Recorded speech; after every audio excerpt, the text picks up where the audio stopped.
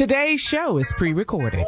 Y'all know what time it is. Y'all don't know, y'all better ask somebody. Hat on, suit on, looking like the crack of dawn, giving them all dressed like $1,000,000, diamond things in its cuffs. Y'all tell me who could it be but Steve Harvey? Oh, yeah, out there listening to me. Put your hands together for Steve Harvey. Put your hands together. Steve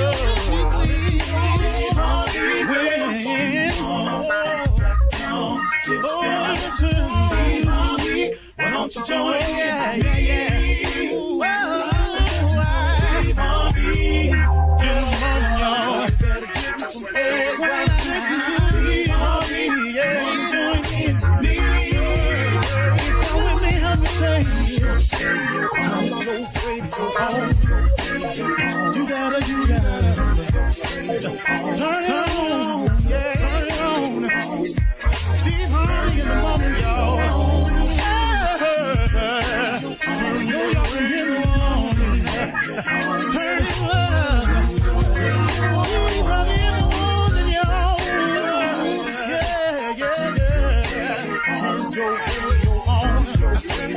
You gotta turn your radio on.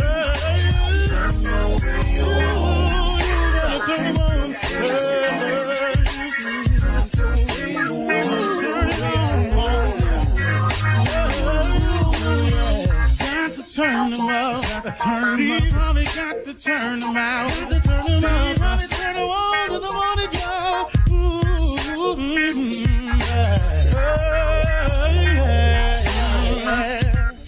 Come on, Steve. Come on, do your thing, Big Daddy. I sure will. Good morning, everybody. You are listening to The Voice. Come on now, dig me. One and only Steve Harvey. Got a radio show.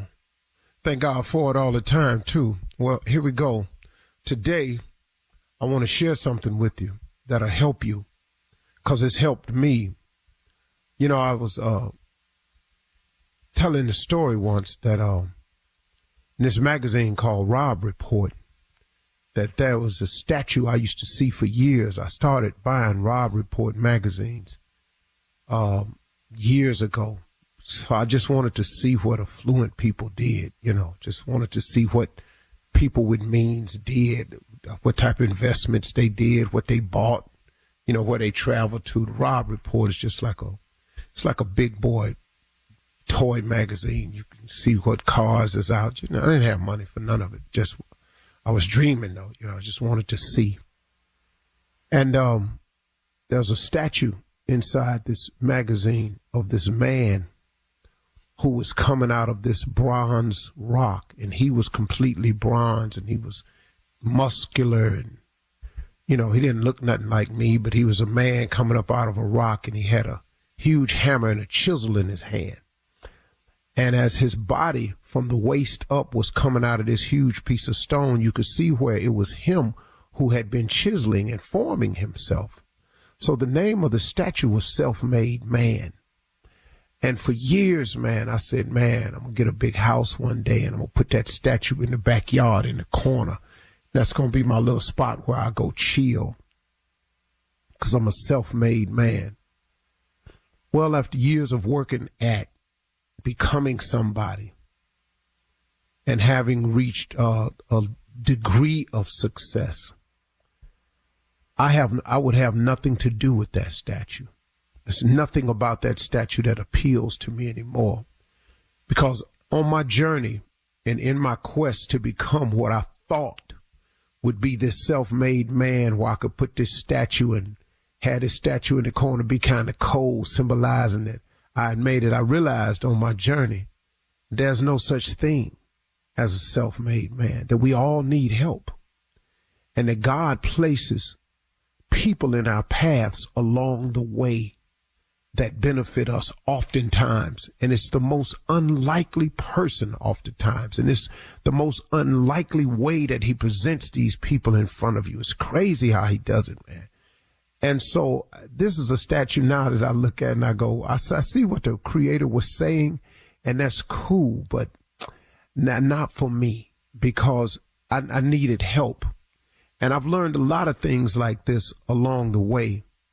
And the part I wanted to share with you all about this is you've got to develop a sense of purpose.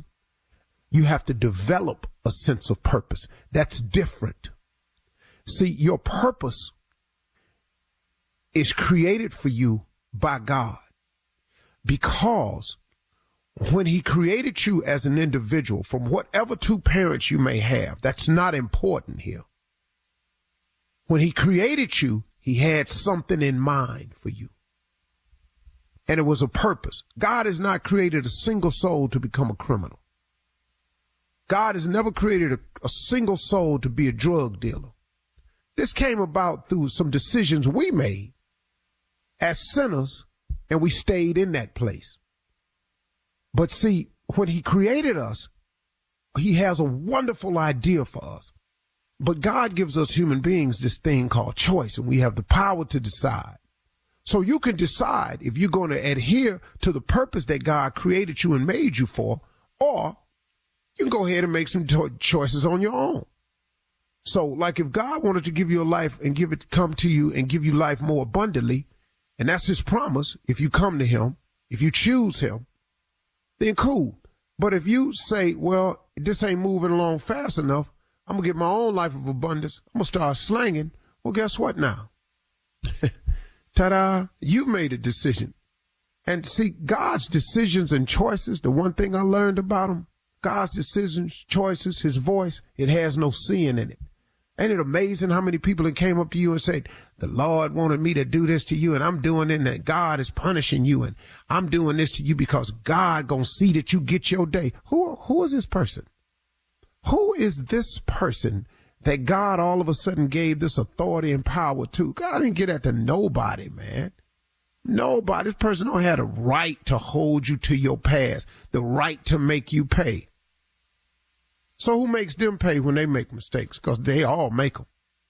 So when I say you have to have you have to develop a strong sense of purpose, that means you have to strongly get in touch with your creator to find out what the purpose you were created for. See, it's two things that I had to learn along the way. My career was what I was paid for. My calling is what I was made for. See, it's two different things, folks.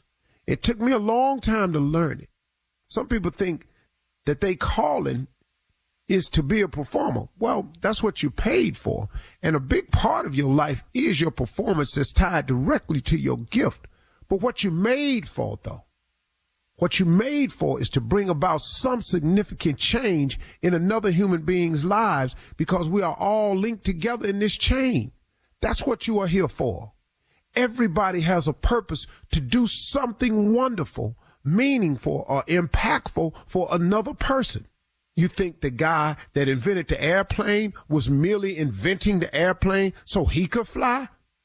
No, his purpose was to become an inventor, to come up with this invention so he could fly, and we all fly. See, sometimes God will make you successful so you can become successful, so you can turn around and teach other people how to become successful. God saved people so you can turn around and tell other people how wonderful it is to be saved. You see how this thing works? That's what we have to do as people. And it's nothing that we have to go and discover. We have to go and develop it. But if you haven't discovered your purpose, it's simply because, here's it. If you haven't discovered your purpose, it's simply because you have not contacted the creator and maker of your soul to ask and find out why you were created. It's as simple as that. If you buy a Toyota, there's an owner's manual on the inside that will tell you everything you know, how to best operate your Toyota, how to make it work, what to do. They got a troubleshooting section. Your faith is the same thing as an owner's manual in your car. Open up that book, man. Find out how to jumpstart your life, how to troubleshoot it, and get on with your life, and find out your purpose and develop a strong sense of purpose. All right? Okay. You're listening to the Steve Harvey Morning Show. Ladies, gentlemen, let me have your attention, please. This is The Quiet Storm. Do-do-do-do-do. That was it. That's all I wanted to do. I was going to do Smokey Robinson's Cruising, but I didn't have a voice for it on it because I just worked out and I don't feel like it. My trainer, I don't know what's wrong with him. Excuse me, you don't have the voice of Smokey Robinson because you worked out? Yeah, that's the only reason. That's the only reason, Carl. You had it before 6 this morning. Yeah. Got me early. I had it. Right. But to work out through it, you know. Yeah. This boy is ignorant. Yeah, you know, and you know, like right now, like since I ain't never done Smokey, can't nobody say I ain't.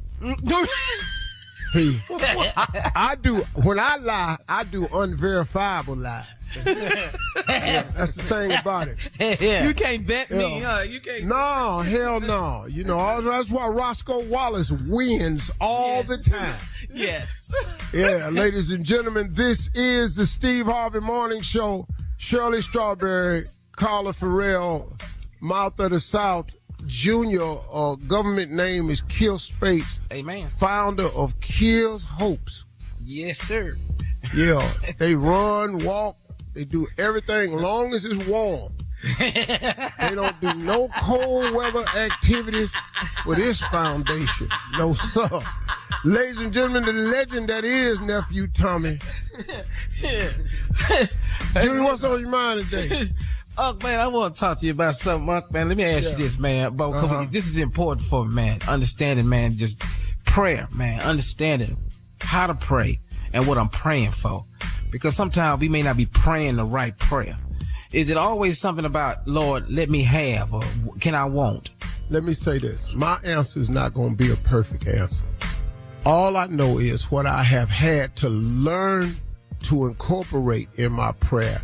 When I ask for something, I always ask him to guide me in his will. Because I have asked for a lot of things that really wasn't good for me or really wasn't in the plan. And I wasted a lot of prayers like that. Because what he wanted and had for me, I was trying to go in another direction. So now when I ask for stuff, I always say, if it's in your will. But then mostly now I go, Lord, fix it how you want me to be and order my steps. You know, put me in that direction. If you ask God to order your steps, he'll do it for you. Ask, you shall receive. I just want to try to do your will. You know, now sometimes as a human, I fight against that, you know, because it's uncomfortable sometimes. But life is uncomfortable. You have to make uncomfortable decisions. And you have to get comfortable being uncomfortable if you ever want to be successful. So that's how I pray. Can you, instead of ordering your steps, can you order a house or order a car? Can you order other things?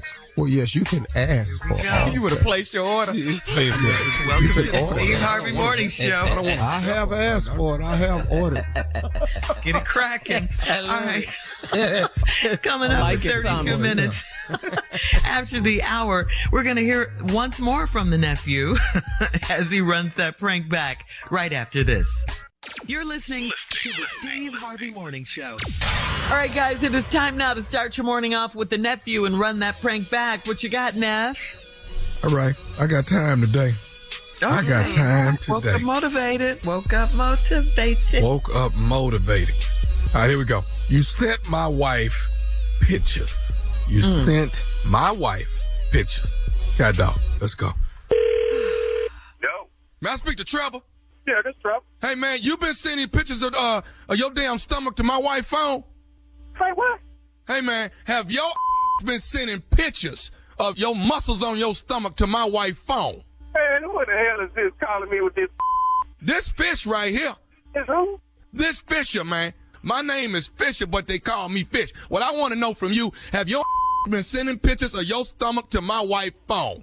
Man, I don't know, dear. You talking about Playboy. Don't call me with this about am I sending pictures. And if I am sending pictures, ain't none of your business. It is my business. That's my wife. Then you send this. She got. Oh. What the hell you doing? You must ain't ripped up like me or something. You worried about a sending pictures of his stomach. Hey, man. Get you some business. Don't call my phone with this stupid. I got some business. My business is my wife, man.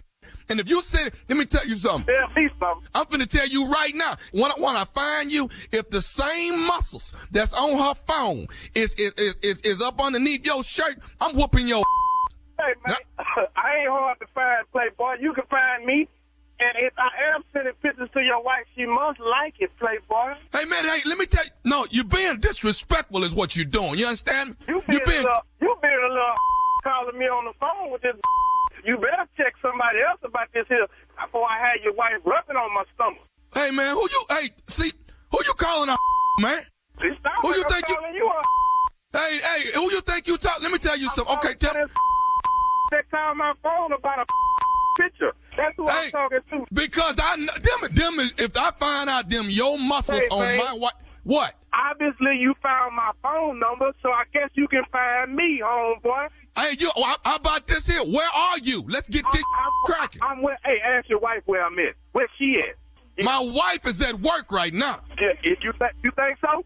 What? How you think she got them pictures, homeboy? Hey, man, I tell you what. When I find you, you're a little disrespectful. Ask your wife where I'm at. Yeah, that's what you do, Playboy. You calling me with this old insecure. You must not be ripped up like me. Hey, man, hey, I got muscles on my stomach. I'm headed to the gym right now to get this stomach right for your wife. Huh? Hey, man, let me tell you something, man. Yeah. That's all right. Yeah. That's all right. Hey, how about this here? I know who your wife is. Nah. That's all right. I know who she is, too. Okay. Well, that's all right. And I'll be calling her. I'm calling her, letting her know what's going on. Check this out. She like my stomach, too. Yeah. Yeah.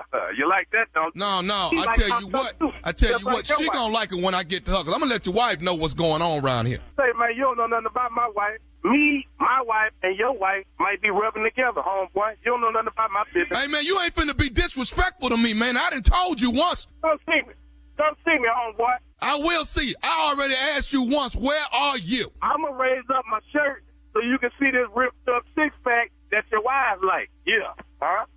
Okay. It's just a matter of time, then. Don't call my phone with this.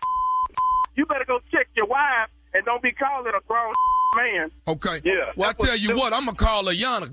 That's who I'm finna call. Ayana, baby. Say what? Yeah. Oh, then slowed you down now. Yeah, I'm calling your wife. Well, call her then. We can get her on the three-way. And then I'll call your wife and get her on my way. Yeah. Okay, I'm gonna tell you this here right now. I need is tell me whatever you want to tell me, Playboy. I'm telling you right now, punk. Where you at? I'm at Boulevard, homeboy. That's where I'm at. Now you got my wife's name. I want to know your name. They call you Fish or Chicken or whatever the they call you. You can meet me wherever you want to, homeboy, and we can settle it. Ain't no big deal to me. I deal with punk chunks like you every day. Okay, Yeah. okay, not a problem. I'll be right. How long you gonna be there? I'm gonna be there till your punk get here. Okay, you look here. I want you to take my name down so you'll know who you waiting on. You heard what? You said your name was Chicken or something like that. Do you have a pen? I don't need no pen, punk. Okay, do you want to know who this is? You just told me who you was, homeboy. Oh, I ain't told you my full name, chump. I don't need to know your name. You got my number. Calling me was about a tattoo or stomach or something. It's muscles. It's muscles of your stomach on my wife's phone. Okay. Did you look at the other pictures? How many sit-ups do you be doing? Did you look at the other pictures? What other? Well, okay. Hey man. Yeah. I'm not finna be playing with you about my wife. I ain't playing with you. I'm playing with your wife. Okay. Yeah. I'm finna tell you something about your wife. I'm finna tell you something about your wife that you don't know. If I don't know it, don't nobody else know it. Oh, I know it. Me and her know it. I just got off the phone with her. You want to know? You want me to tell you what your wife told me? Whatever, man. Say what you got to say so I can get off the phone. I'm going to say this right here. I'm going to say this, punk. This is Nephew Tommy from the Steve Harvey Morning Show. Your wife, Ayana, got me the prank phone call. Yo, ignorant man. How stupid are you? Hello? Who is it? This Nephew Tommy, man, from the Steve Harvey Morning Show. Your wife got me the prank phone call, dude. Damn, you are more ignorant than me. Boy, that hell for that. Ooh, Lord. Boy, wait till I see this. Ooh-wee. You Tommy, huh? Yeah, yeah. Boy, God, dog. Y'all man. Oh, my goodness. Hey, Trevor, I got to ask you this, man. Answer this question for me. What is the baddest, and I mean the baddest, radio show in the land? The only one with nephew Tommy on it, I imagine. Y'all cold, boy. I tell you that. Oh, man. All right, Trev, man. You be easy, man. Go light on Ayana, all right? I'm going to show will tell Steve Harvey, I say, what's up?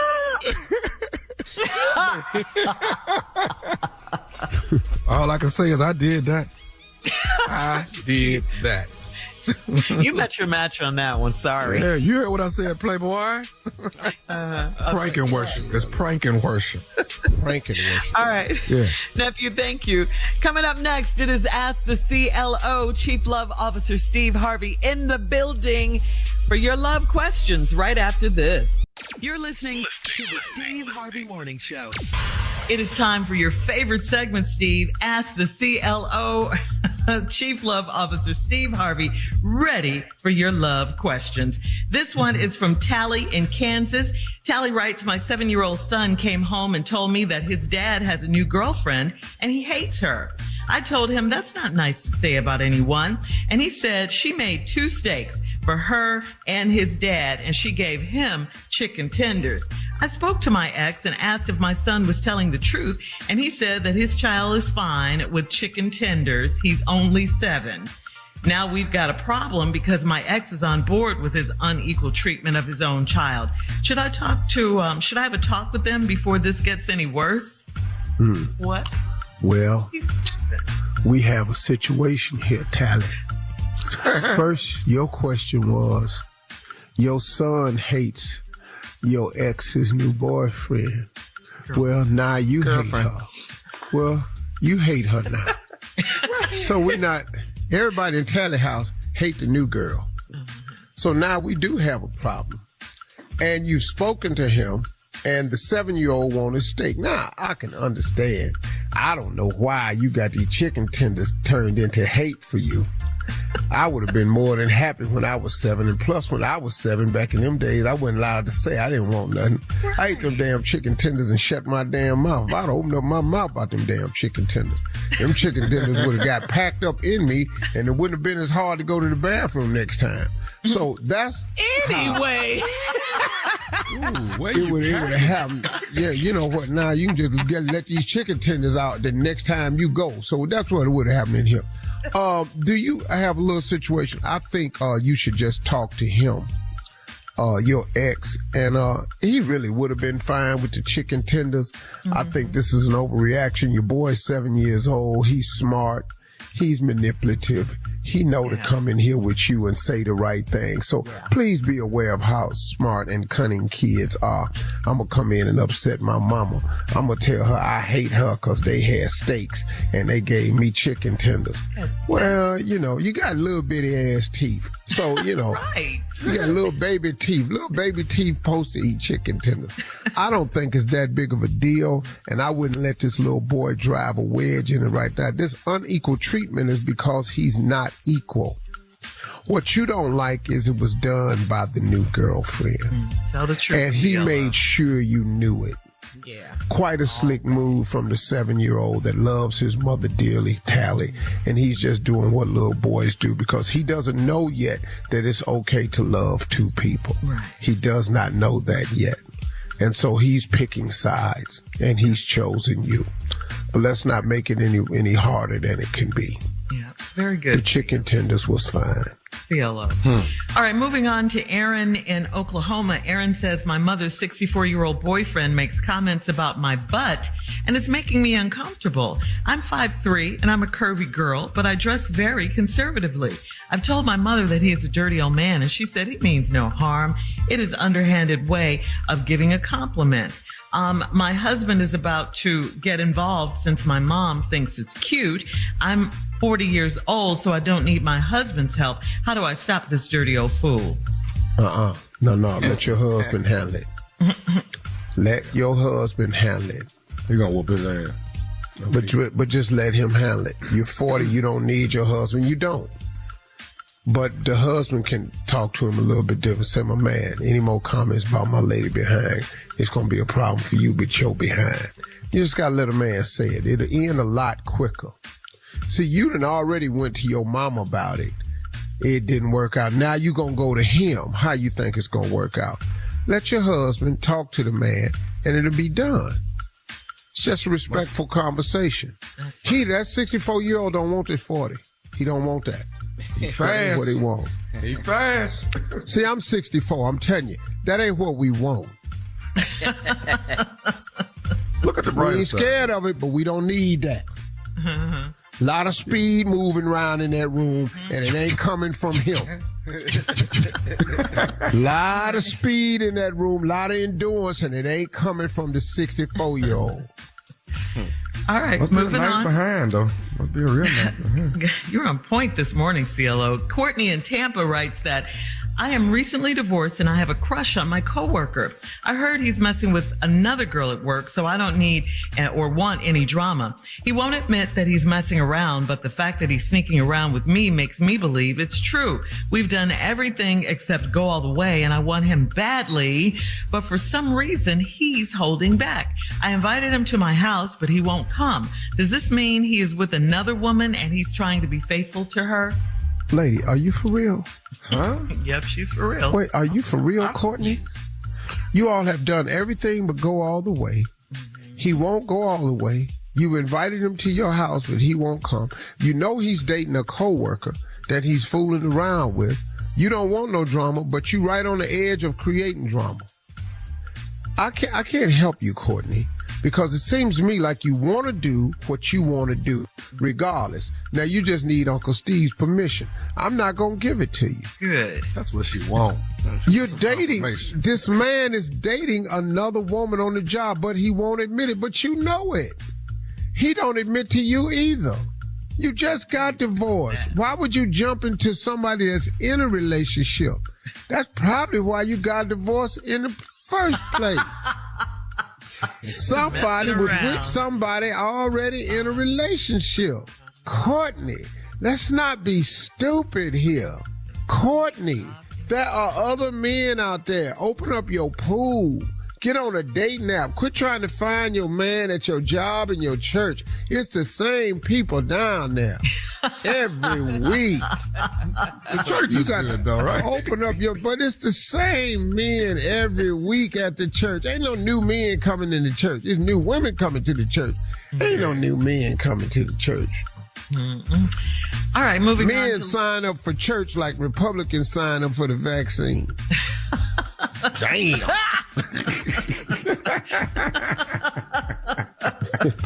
We don't want it. Leave it right there. This it. Leave it right there.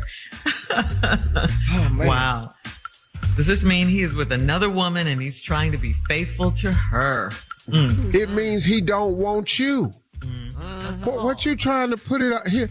He don't want you. He done everything with you except go all the way. You done invited him over the house and he won't come.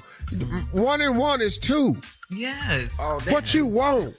Whatever he doing, don't worry about that. He don't want you. Yeah. Hello. Yeah. Damn. That's it. Come on, Courtney. Love Come you, on, love Courtney, you. girl. All right. Thank you, CLO. You're listening to the Steve Harvey Morning Show. All right, Steve, it's that time again when we need you the most. We need you to be the judge. It's time for right or wrong with your nephew and Junior. Have you ever noticed all of the worst segments we have, Tommy's involved? He's involved. You know, it's amazing to be a part of the worst segment and the best segment. The prank call. Well, he's a part of the worst and the best. The pranks are the best segment. Right or wrong? You just don't like the fact that I make sense. I wish Davis had I love right or y'all wrong. try to gang up on me, you and Joe. This really shows you what the A&M college system is doing. This really shows me. Why his ass got a degree. He got one. He's young. You ready? Okay, so let me ask you this. So I asked him this last night. He ain't respond. Will you tell him it is rude for a deaf person to do sign language while their mouth is full of food? You are right there. the most stupid person Right there. I know. You're not supposed to talk while your mouth is full. So, am I right? You're not supposed to sign language while you're eating. Tell him, Unc. You're not gonna say nothing, Steve. You just why? So you mean tell me you sit here fingers going with a burger in your mouth? That's rude. But if they could chew with their mouth closed and talk, if you can talk without opening your mouth. I saw this at the restaurant and I was appalled. This is just rude. You can't be doing sign language and your mouth is full. That's rude. I have an idea. Spell appalled. Sick of this right here. Sign language it. Yeah. Do that. Now, then here's another one for Mr. Junior Boy. Tell this boy if some Siamese twins have sex with some more Siamese twins. Ain't that swinging? Tell him that, dog. Thought about that last night, Tom. I ain't lie. I think you're right on that. That was right. Yeah, I had to. Cause when he looked Game of pounds and right or wrong. I had to argue that. I can't even argue. Yeah, I'm with you when you're right. Yeah, tell me that's swinging. If I look over my shoulder and see my partner with the person I'm connected to, You're in a swinging situation. I cannot believe you're over there. I mean, if we Siamese twins and you in here with this girl, ain't no way in hell I'm just gonna sit here. I love right or wrong. I'm sorry. I love it. I love right or wrong. It's so stupid. That was a good one, nephew. My brother be looking at me like, hey, man, what is you excited for? Outside. I'm right here. That's your turn. I am you. Yeah. And you over there Looking at us. Yeah. You over there getting it, and I know what you're doing. But you try to flip y'all. I tell you what, you better not get him go south. I couldn't argue. When I move, you move, just like that. Yeah, I thought that last night. I said, "No, that's it. That's true." He gonna text me back. Okay, you kind of got a point on this. He didn't want to admit it. He didn't want to admit it. Nephew, he didn't want to admit it. That's funny. What else you got?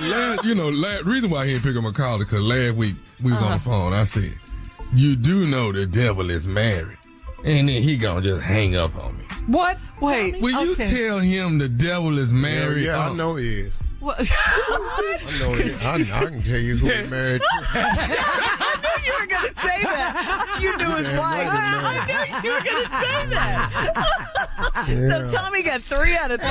Yeah, go ahead. Yeah, I know good and hell well he Tommy married. is right. Yeah. Come on, Tommy. I love right or wrong. What you got?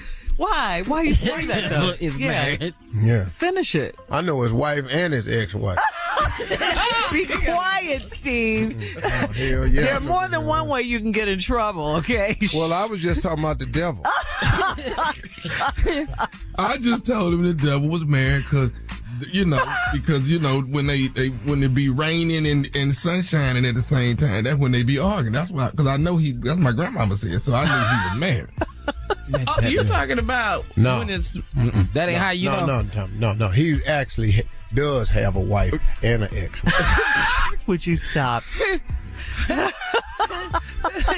Stop it right now. And how much pain was you in then? Boy.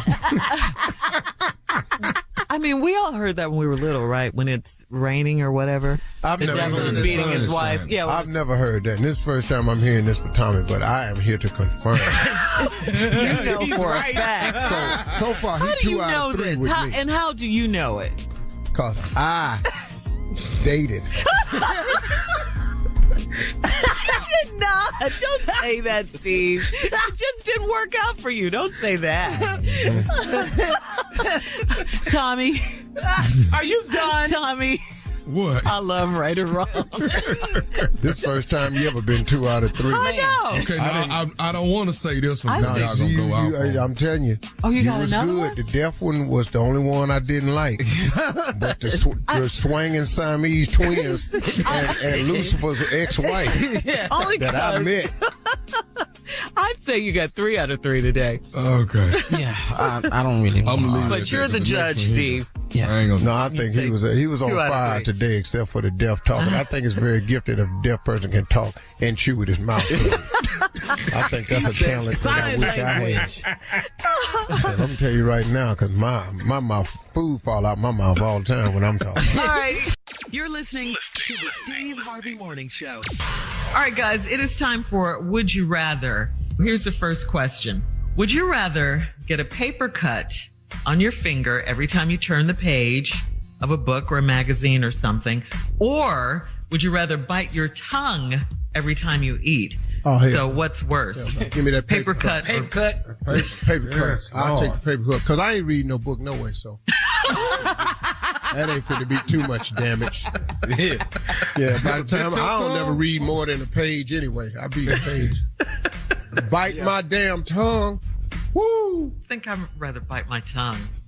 No, you don't. Girl, you must ain't never bit it before. I've bitten my tongue before, but I don't like paper cuts. I hate that. So, Shirley, you rather just be in here rather- coming up at 5th of the hour. They got to tell you Sounded like tongue tied. You rather do that? No. Yeah. Paper cut. Man, give me them cuts.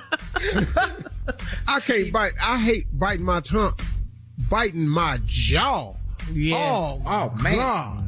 Oh, the yeah. Now that is painful, and I do that a lot. When the molars chop down. God, Lord. Yeah. And then you do it back to back. Yes. I be going, man, what is wrong with me? I know. You know how long it take that to heal in there?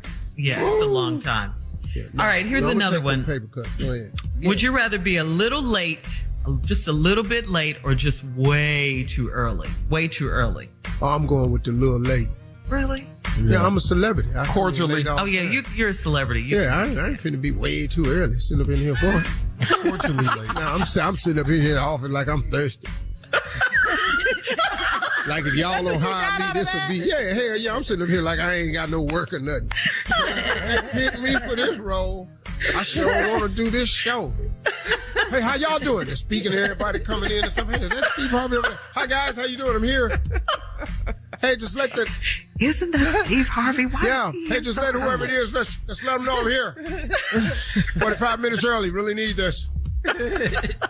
So yeah, you're a celebrity, so you can be. I'm late. I'm finna be late. I hate being late. Oh God, I hate being. I had a guy one time though. This happened in New Orleans, and me and him fell out behind this. Had a meeting during Essence Festival with this guy at this restaurant, and I had a driver, and so the driver got caught up in traffic and was waiting. And so when I got to the restaurant, I got there 10 minutes late.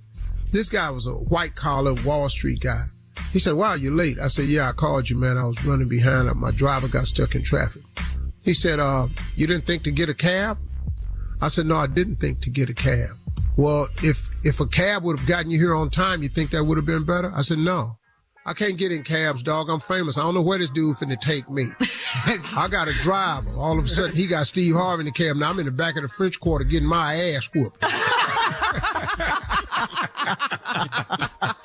You're listening to the Steve Harvey Morning Show. All right, guys, here's a question for you. What old arguments do you or your significant other still bring up to this day? Junior? Yeah, man. Now, wait a minute. This was the topic on Reddit.com. A man said he complimented a waitress on her short, bald haircut in front of his wife. And over a year later, his wife still makes him feel badly about it. According to the story, his wife offers to go to the bathroom and shave her head if that will make you happy. I love it. Yes, I love it, right? He wasn't even doing that. It's just a nice haircut. Well, maybe I need to go to the bathroom and shave my head if that'll make you happy. Maybe that'll make you happy if I got a shaved head. I know just how she said it. You know it, Shirley. Yes. Yeah, Shirley, but all that over a haircut? What a compliment. It's the compliment. It's the compliment. Oh, you don't like my long hair. Maybe I need to shave my hair.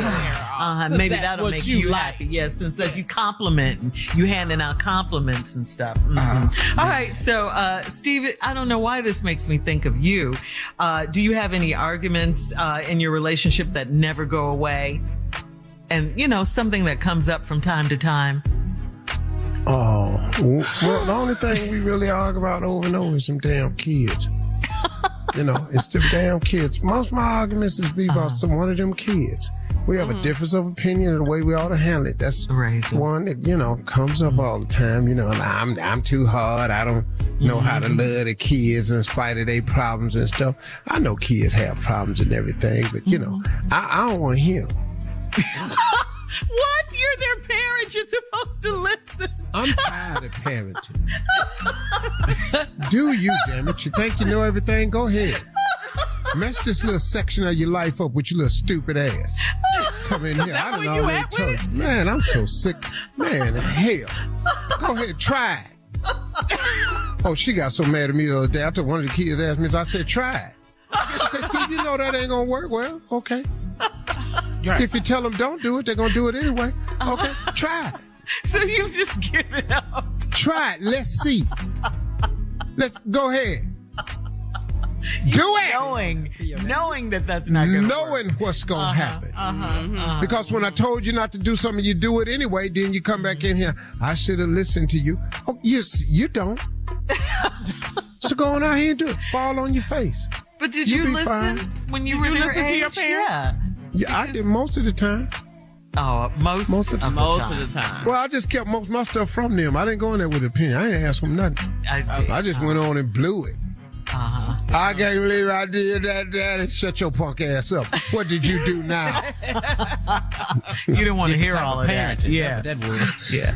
All right. So, Junior, I know you have one. Oh, God. Oh, okay. Girl came to the show one time, right? And after the show, they go to the bathroom and she hears some women in there talking about me, about how funny I was and how cute I was. She heard that. So anytime anybody compliment me, she said, well, let me go in the bathroom, see what the discussion is this time about you.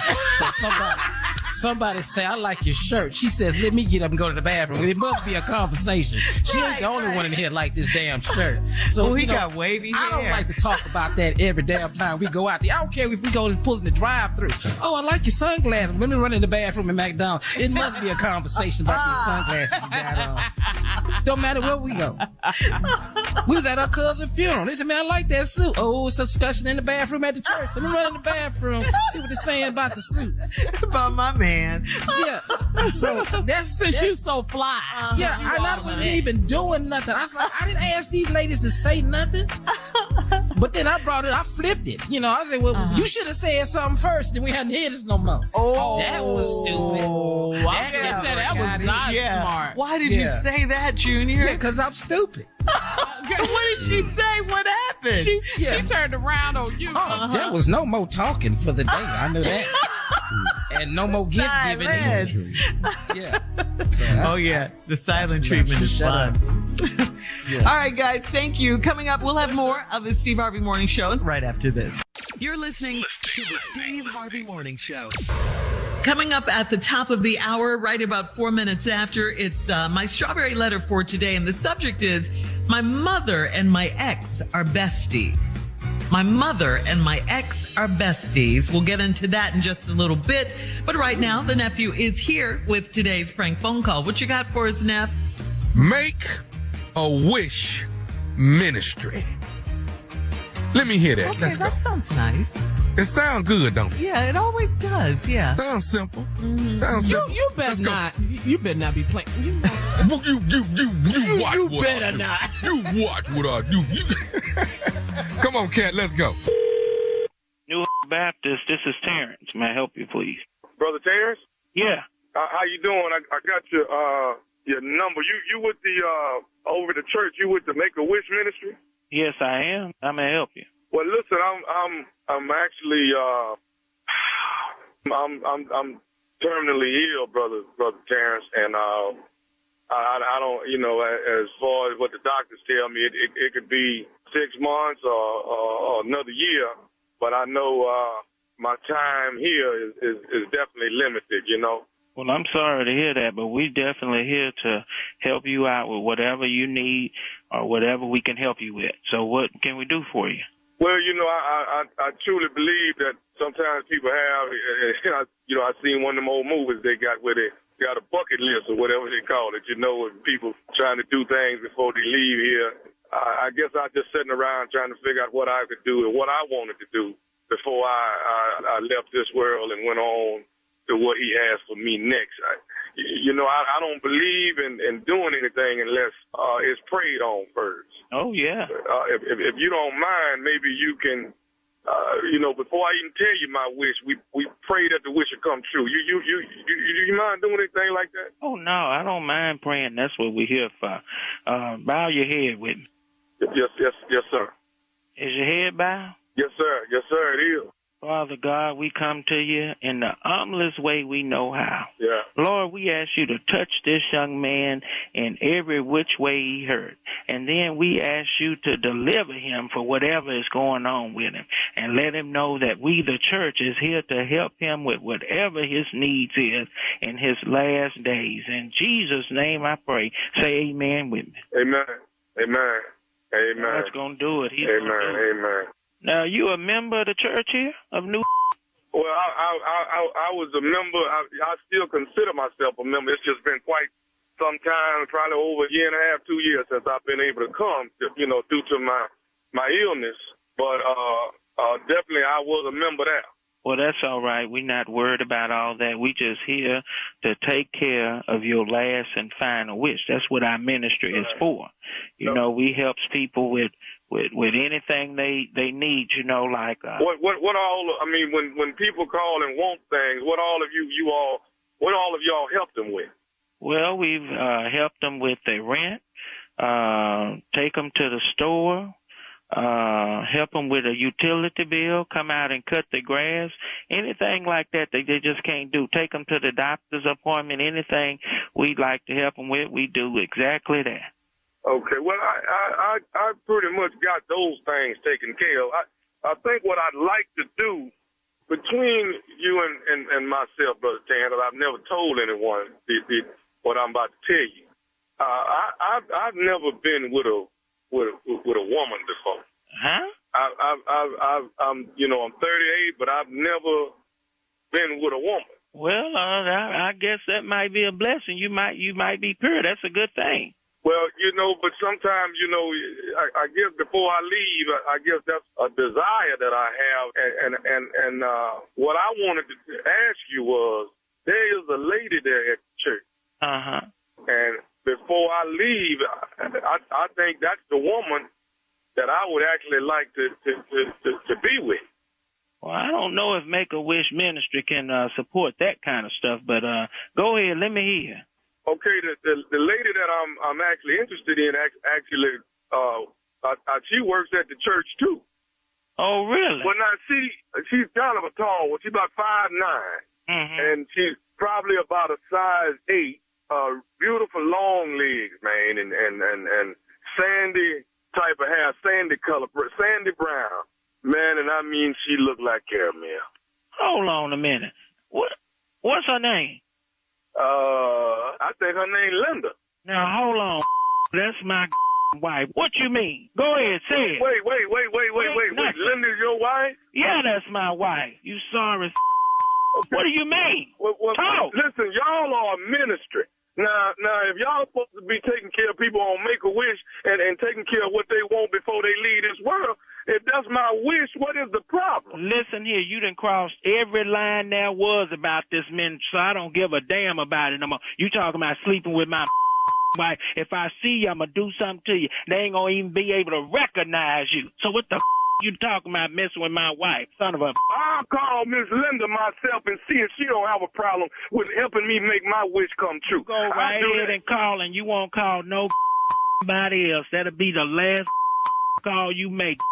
I thought y'all were here to relieve people so they can enjoy themselves before they leave this world. You talking about sleeping with my wife. Are you crazy? But if I'm finna leave here, ain't nobody gonna know but you and her. I don't care if you die.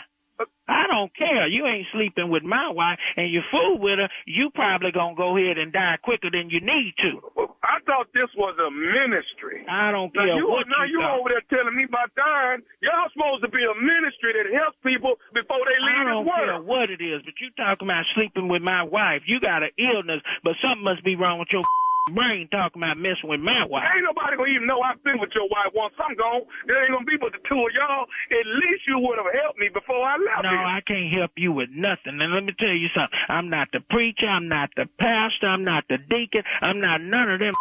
But if you mess with my wife, you're going to know who I am. I'm going to be the Undertaker. Do you understand? I hear what you're saying, but I got one more thing I need to tell you about who I am. You ask it, you ignorant.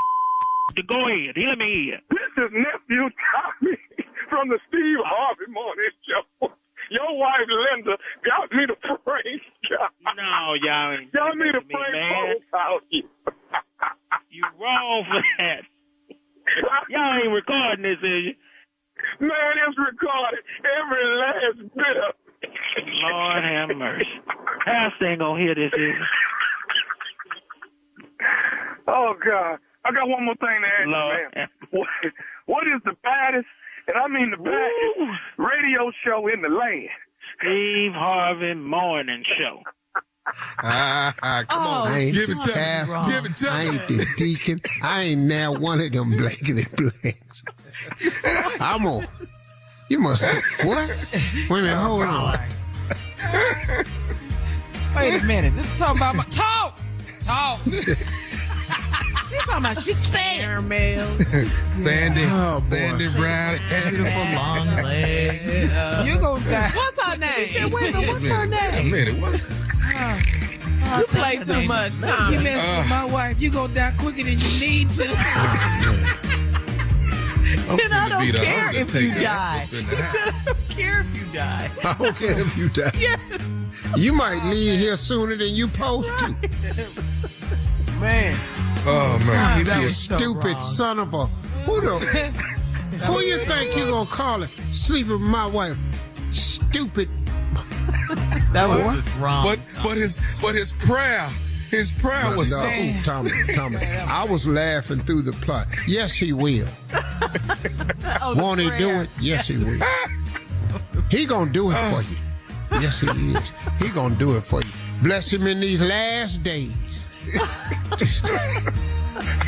He gonna do it for you. Yes, he will. Oh, man. In Jesus' name. All right. Yes. Thank you, Neff. Oh, Lord. Who? What's her name? Coming up, Strawberry Letter. Linda, you stupid. Subject, my mother and my ex are besties. We'll get into it right after this. You're listening to the Steve Harvey Morning Show. It's time now for today's Strawberry Letter. If you need advice on relationships, work, dating, sex, parenting, and more, submit your Strawberry Letter to Steve Harvey FM and click Submit Strawberry Letter. That's steveharveyfm.com and click Submit Strawberry Letter. We could be reading your letter live on the air. Just are going to read this one right here, right now. It could be yours. You never know. You never know. Buckle up and hold on tight. We got it for you. Here it is, the Strawberry Letter. Subject, my mother and my ex are besties. Dear Steve and Shirley, I've been divorced for almost 3 years, and I moved away after the divorce to start anew. My husband was an avid cheater, and my mother finally told me after he'd been having an affair with a woman for over 6 months. My mother is employed by my ex-husband as his accountant. He has 2 businesses that do very well in the small town they're in. My mother was a retired accountant when he and I met, and he fell in love with her, and he hired her. When I say they fell in love, I mean it. Whenever he and I would have a disagreement, she'd always tell me to consider his point of view. When he cheated, I think she knew it all along and only told me because my 10-year-old daughter saw him with this woman. Excuse me. My daughter kept referencing Daddy's friend at work, so I asked my mother and she spilled the tea. Our relationship hasn't been the same since then, and she said it's because I divorced my husband. Her belief is that I should have kept my family together no matter what. The things my husband did for his girlfriend were the same things he did for me, so it wasn't the cheating that got to me, it was the time he spent with her and the trip he took her on. I asked my mother to reconsider working for him, and she said that whatever we had going on should not affect her money. Our own daughter doesn't talk to my ex right now because she figured out who Daddy's friend was. My mother called recently and said she's trying to get the family together for Thanksgiving and she wants me there. She said my ex will be there, will be doing the turkey, and she would cook everything else. How can my own mother be so ignorant and invite him to dinner? Should I show up and curse them both out? Well, you know, that sounds good on paper. It really does. But this is bad. I mean, this situation is bad. And yes, your mom is really wrong. I don't advise you to curse your mom out. I mean, after all, she's all the way wrong. I agree with you 100%, but she is your mom. She's not acting much like a mom, though. I will say that, because her loyalty should be to you at all times and not your ex. He's cheating. He's your ex-husband. She knew about it, didn't tell you. She was keeping these secrets all because of money. Is that why she was doing it? I think this had to hurt you, and this is some kind of betrayal on your mom's part. The best thing you could do is decline her crazy, thoughtless, inconsiderate dinner invitation. Just don't go, please. Make your own plans for you and your baby girl, your daughter, maybe some friends or whatever. But the main thing is to forget what they have going on at the mom's house and just let that go. Your mother is just, Anyway, after the holidays, I say continue to distance yourself. This is a toxic situation. Stay away from it and let them do their thing. Let them do her. If she wants to stay over there with him, you know, the lines are crossed, the line in the sand. It's divided now. Don't let her make you feel guilty for divorcing him. That was a while ago, and you definitely did the wrong thing if he was doing all this stuff that your mother said, and he obviously was. This is just so wrong on so many levels, Steve. My mother and my ex are besties. I don't get this, especially from a male perspective. I just don't understand how this operates and functions. But when you're talking about dysfunctional people, then it's a little bit easier. You've been divorced for 3 years. You moved away to start new. Your husband was a big cheater. And your mother finally told you after having an affair with a woman for over 6 months, your mother is employed by your ex-husband as his accountant. Here's where the problem is right here. So he's got too busy to do very well in a small town they're in. My mother was a retired accountant when he and I met, and he fell in love with her, and he hired her. Now, here's the problem with the letter. When I say they fell in love, I mean it. Mm-hmm. There's a lot in that statement, ma'am. And I don't have the time to unpack it, but I'll just rearrange some stuff in the luggage.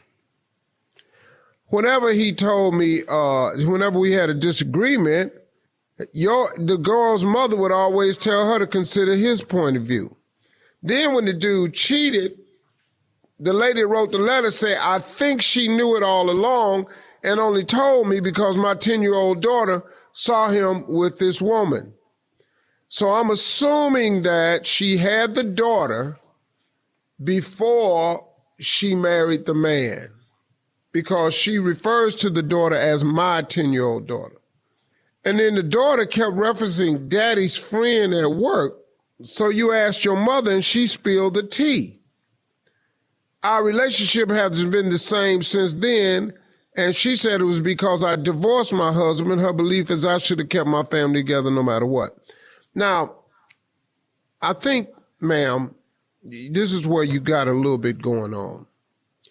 Maybe your mother tried to stay out of your business, didn't have solid proof like the daughter didn't. She just saw him somewhere and your husband told her this is daddy's friend from work.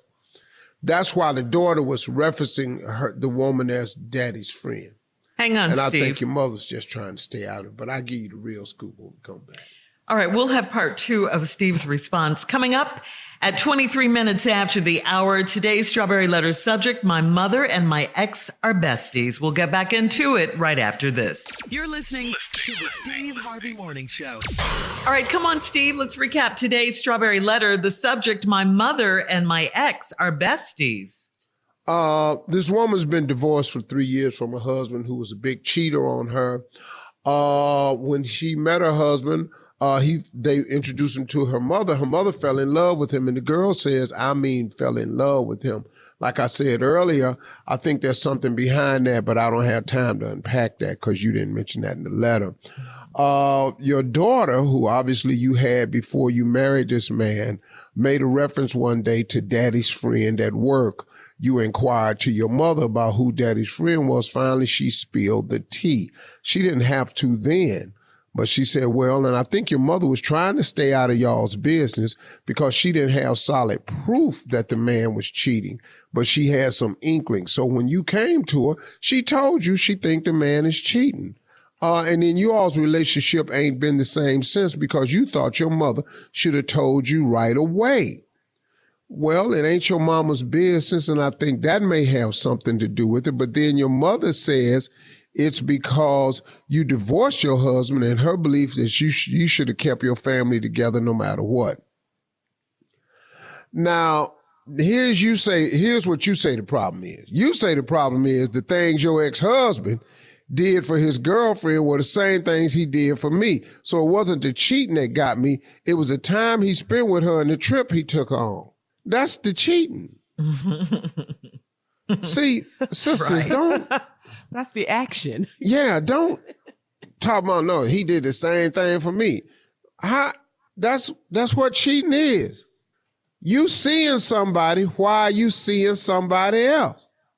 And what do adults do when they see each other? They spend time together. How do they spend time together? They go somewhere. So what you sitting up here talking about, this the time he spent with her on the trip. What was they supposed to do? Everybody don't have a affair at lunch in the back seat of the car. He got money. He gonna do something a little bit different. So don't talk about it's the same things that got you. That's what cheating is, ma'am. You just trying to find another reason to say you didn't keep the family together, but you don't have to. You don't want to stay with the dude because he cheated. That's all. Now, it gets a little sticky. You came to asked your mother to reconsider working for him, and she said that whatever we had going on should not affect her money. That's an interesting statement. Yes, from your mother. But it gets even more interesting, though. Our own daughter doesn't talk to my ex right now. Now it's our daughter, so I don't know when y'all had the baby. Skip that. Don't talk to her, my ex, right now because she figured out whose daddy friend was. My mother called recently and said she's trying to get the family together for Thanksgiving and she wants me there. Your mother is trying to repair the relationship, but she's stupid. So she said your ex will be doing the turkey and she would cook everything else. Man. Now here is the thing. The affair that the ex had is probably over.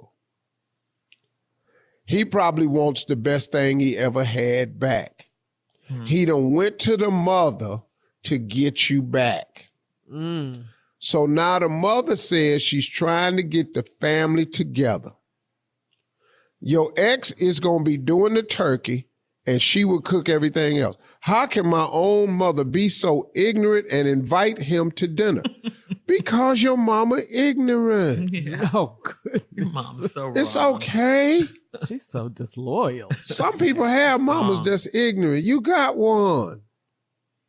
But now here's the danger I see in this. Should I show up and curse them both out? Of course not. Why add energy to that? Why are you getting dressed to go over there to cuss both of them out? First of all, if I were you, I would try to fix the relationship with my mother. That's what I would do. That's an important relationship. Yeah. She did give you life. Now, do it sound like she wrong in this case? Absolutely. Yeah. Yes. But now, if your husband is not trying to get back with you, which I think the case is, here is the spoiler alert. You said your husband fell in love with your mother, and I mean fell in love. Then let me make a statement about men, ladies, in case you want to know where you stand with a man. If you want to know where a man's heart is, the holidays is where he is. If you want to know where a man's heart is, the holidays is where he is. So he's where he loves the family and he still loves her, is what you're saying, because he's going to be over at the mom's house. For Thanksgiving. Yeah. Now, you can take that one of two ways. I don't think you think your mama is seeing this man. No. But I do think your mother is attracted to his power. Well, the money, she said. That. Oh, wow. The power is money, Shirley. Well, okay. He done provided her with a job. She's told her you should have stayed with your family to hold your family together. Your mama old school. Just cheating. All right. You gonna cut we the gotta curtain go. open and find out who really stuffed in there. All right, guys, we got to get out of here. You can post your thoughts on today's Strawberry Letter at Steve Harvey FM and check out our Strawberry Letter podcast on demand, okay? Our Strawberry Letter podcast on demand. You could hear today's letter. You're listening to the Steve Harvey Morning Show. Okay, so since the pandemic, guys, it seems like people are now more than ever stocking up on supplies to keep them healthy. A new survey found that 65% of respondents have a product in their home that they believe cures a pretty much variety of health issues. Top of the list of the miracle cure-all product is Vaseline. Hello. We all grew up with that, right? Yeah. Vaseline, baby. Ever. Yeah. So I gotta Especially ask. when you got lips this size. Yeah, I gotta ask the guys. Do you have any cure-all products that you want to add to the list? Yeah. I'll keep it stocked. Vicks Vapor Rub. Got it in there right now. Yeah. That was Got on it. the list. Keep it in there. Robitussin. Got it. Works on everything. Ass gonna get some Robitussin. Yeah. That green alcohol. That green. Not the clear one. The green. Okay. Witch hazel. Got some witch hazel just in case. You never know. It doesn't burn like alcohol. No. I use witch hazel. Yes. What does that do, though? Witch hazel. No. I don't know, but I feel better after I put it on. It don't do Takes down nothing. inflammation. Yeah. Sometimes it tones your A witch made it. skin. Name Hazel. Yeah. What you got in the house, huh? Lord. Where do you put the lard? You keep that long? Anything that's wrong.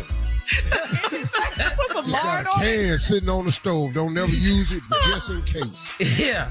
Right. That can was always on the stove, but it was never used. Gotta have it. Sponge products, you gotta have them. Like, you gotta have Epsom salt. You gotta keep Epsom salt in your house. Yeah. My grandmother used to swear Baking by soda. Now you got. Yeah. What you say? Arm and Hammer baking soda. Yes. Don't know. We just started putting it in a refrigerator. Castor oil. Castor oil. Whoa. You got to have. Yeah. You heard me with that one. Argo cornstarch. That dude. What does that That cure? baby in there got diaper rash. Go in there and get that cornstarch. Soak it up.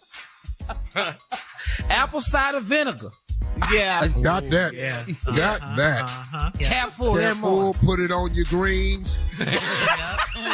And then white vinegar to clean the mirrors and stuff. I love black people. Keep it in there. Pussy deodorant. Just in case. Just in case. Yes. Need to hear that tea, though. I need to hear that tea when you say that product. Pussy. Thank you. Thank you. Can of Band-Aids. A can? Can. Old Can school of Band in the can. Yeah. Not the box. Bring 2 big ones in here. My favorites were the little round ones. All right. Corn husker lotion. Put them on your heels if you're going to have your shoes on, sweetie. You're listening to the Steve Harvey Morning Show. Well, does being scared make you want to get busy? Get busy. You know what that means. A study says yes. If someone is yelling boo, makes you want to hook up with your boo, you're not alone. Experts say shriek-inducing horror film scenes can make you feel horny. According to Leah Holmgren, a Manhattan-based intimacy and relationship coach, it's a matter of simple human instinct to want to be close to another person when you're scared. This phenomenon is from prehistoric times when we needed to bond, especially in dangerous situations, and increase the chances for survival. So guys, Junior, Steve, what horror movie scared you so much that you wanted to, knock the boots, get busy. Oh, yeah. Whatever. Yeah, Nightmare on Elm Street for me, because I had to stay woke. You go to sleep, Freddy on your behind. Yeah, just keep going, boo. Yeah. We watched all of it one time, sure. We watched it from 1 to 10. Just to stay up. That would do it for me. That's kind of weird. I know it is. Yeah. I mean, I see if you go together to a movie and you guys, you're scared, so you're cuddled up in the movie and everything. But after the movie, it's over. Right? Watch it at home. Yeah, I'm going to tell you right now, it don't do that to me. Yeah. Okay. What Matter of happens? fact, I don't, first of all, I don't go to scary movies. So I don't know what the hell they do. Last scary movie I went to was The Exorcist. And that did not induce The Exorcist. I was about 16. That's when you and your guys sat next to each other. Now, I tell you what do make me want to get busy. Like if I'm getting cold, if it get cold outside, I want to do something. If I got the flu, I want to do something. Flu? Yeah. Wait a minute. If it's dark outside, I want to do something.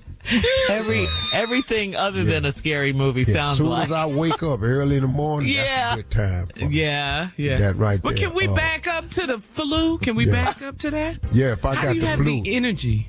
I don't need the energy. I just want to feel better. If I'm doing something, I'll forget I got the flu.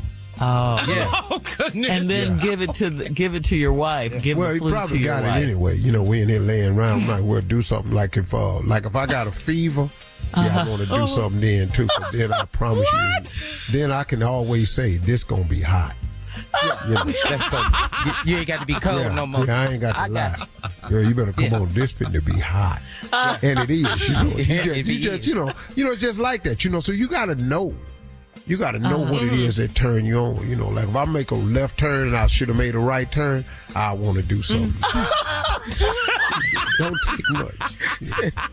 It's just like so if you everything sit but a scary movie if makes you want to. Oh, all right. You trying to holler at me?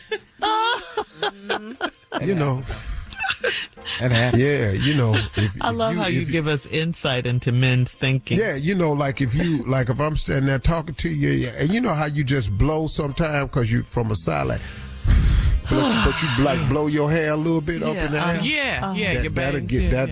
That'll get you done too. Yeah, probably go get you done.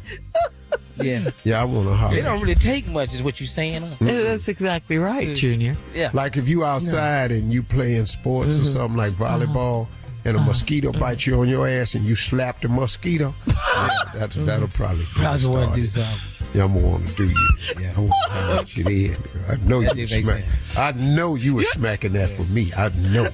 That had nothing to do with a mosquito. I'm just telling you how men are. It don't take much. It don't. Like if I have a sickle cell crisis and y'all call me, I probably gonna want to do something. Yeah. What? In pain. Yeah, because he's sick. Yeah. Somebody need to care about me. Sick ass pain, Oh, God. Yeah. All right. Thank you, guys. Coming up, more music, more fun, more ignorance. I know. You The Steve Harvey Morning Hey, Show. how you doing today, sweetie? Yep, that's it. That's sweetie. That's it. She want me. More of the Steve Harvey Morning Show coming up right after this. You're listening to the Steve Harvey Morning Show. So, according to nutritionists, certain foods, guys, contain natural sleep-promoting compounds like tryptophan in turkey that makes you sleepy after Thanksgiving dinner. Also, carbohydrates raise your blood sugar and serotonin levels, which then converts into melatonin, a natural sleep aid.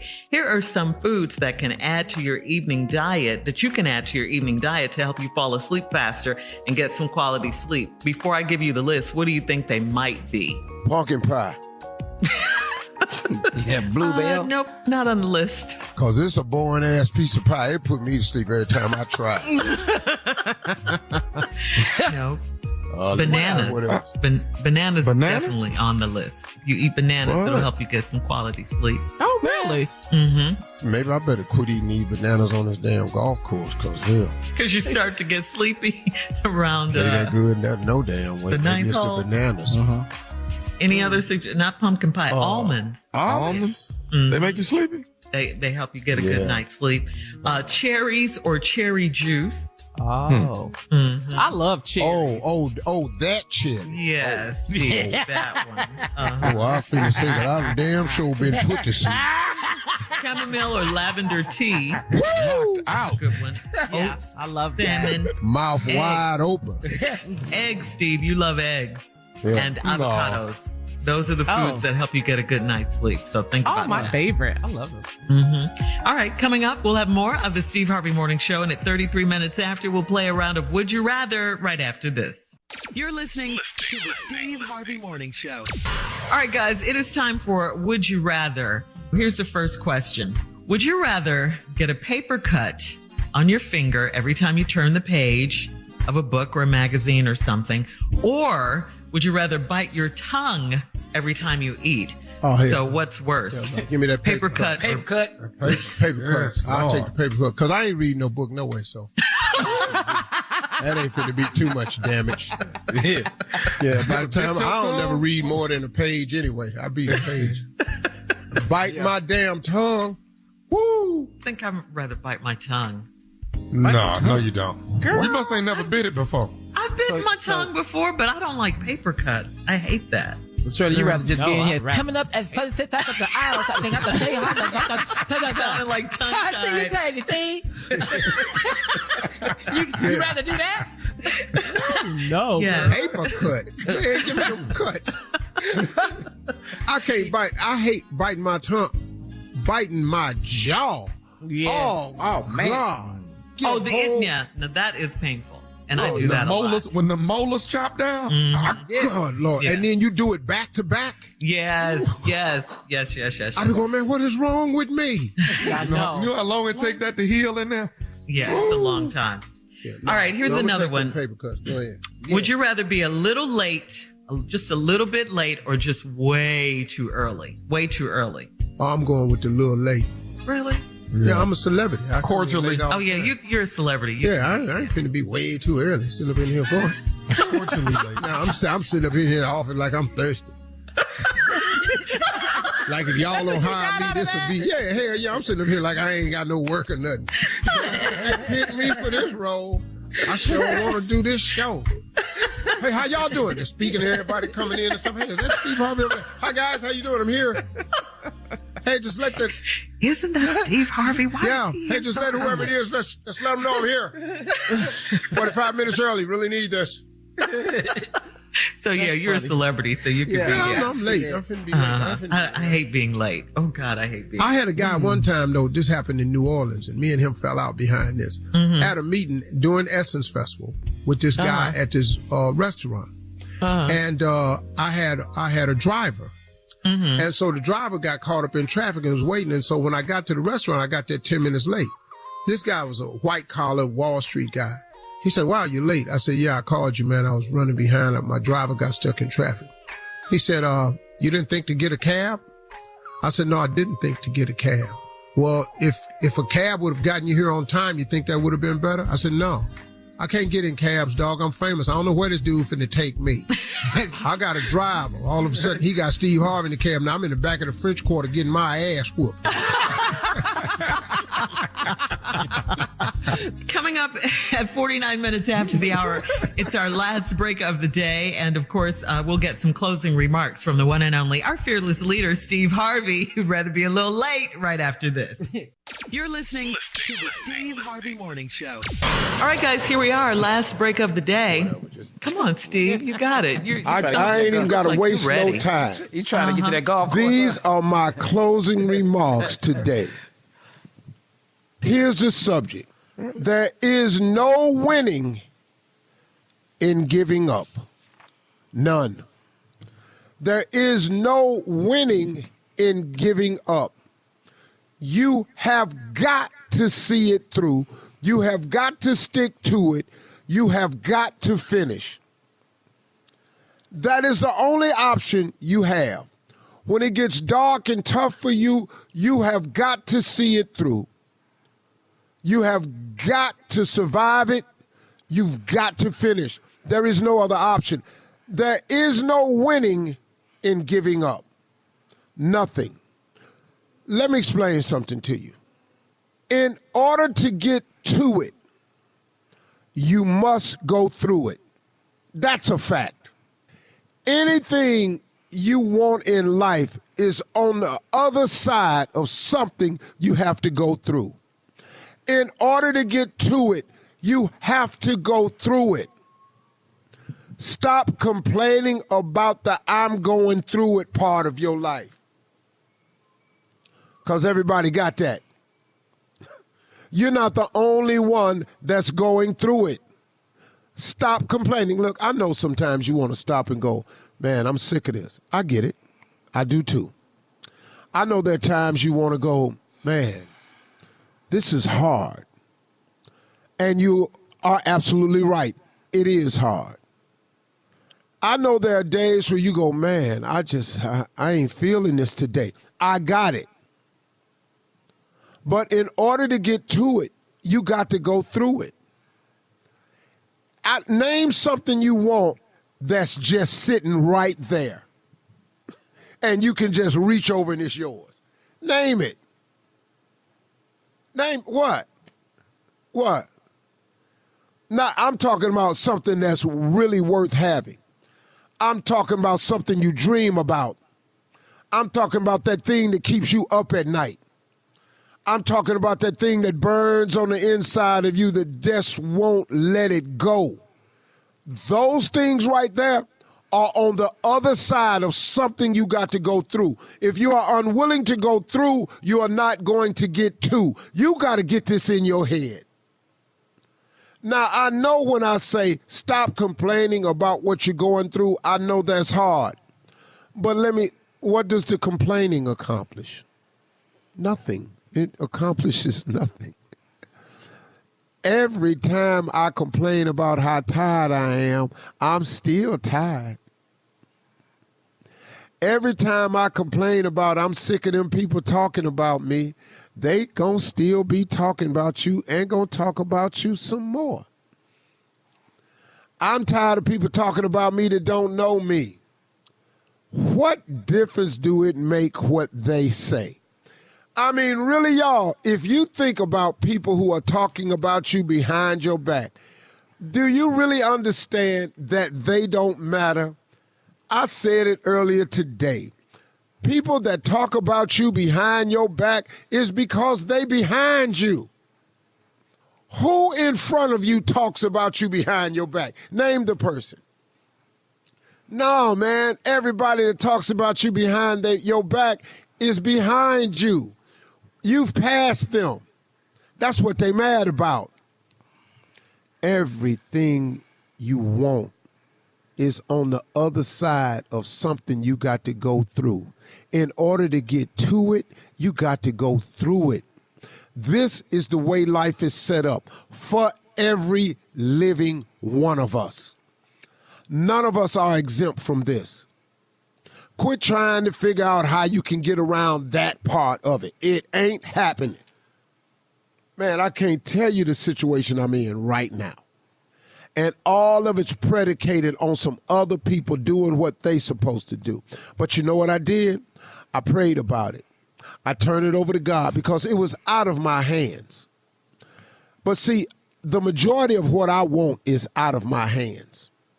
My dreams are so big and so illustrious that in order for me to attain them, I absolutely have to have God's help. I don't want nothing I can accomplish on my own.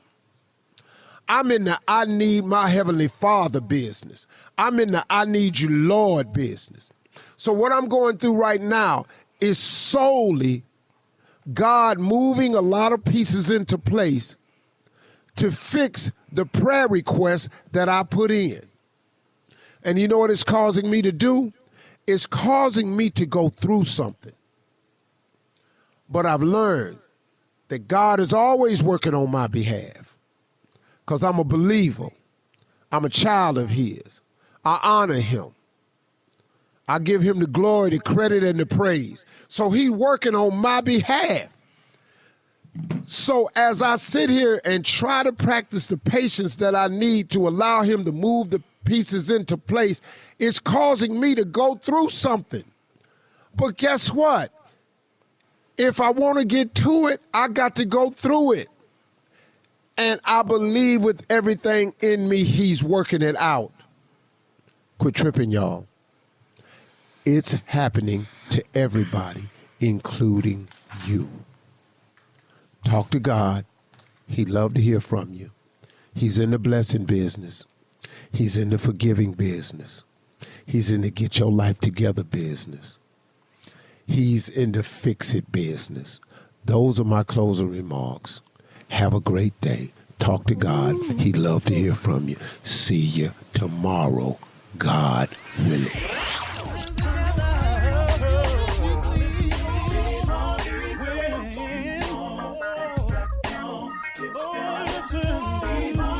For all Steve Harvey contests, no purchase necessary, void where prohibited. Participants must be legal U.S. residents at least 18 years old unless otherwise stated. For complete contest rules, visit SteveHarveyFM.com. You're listening to the Steve Harvey Morning Show.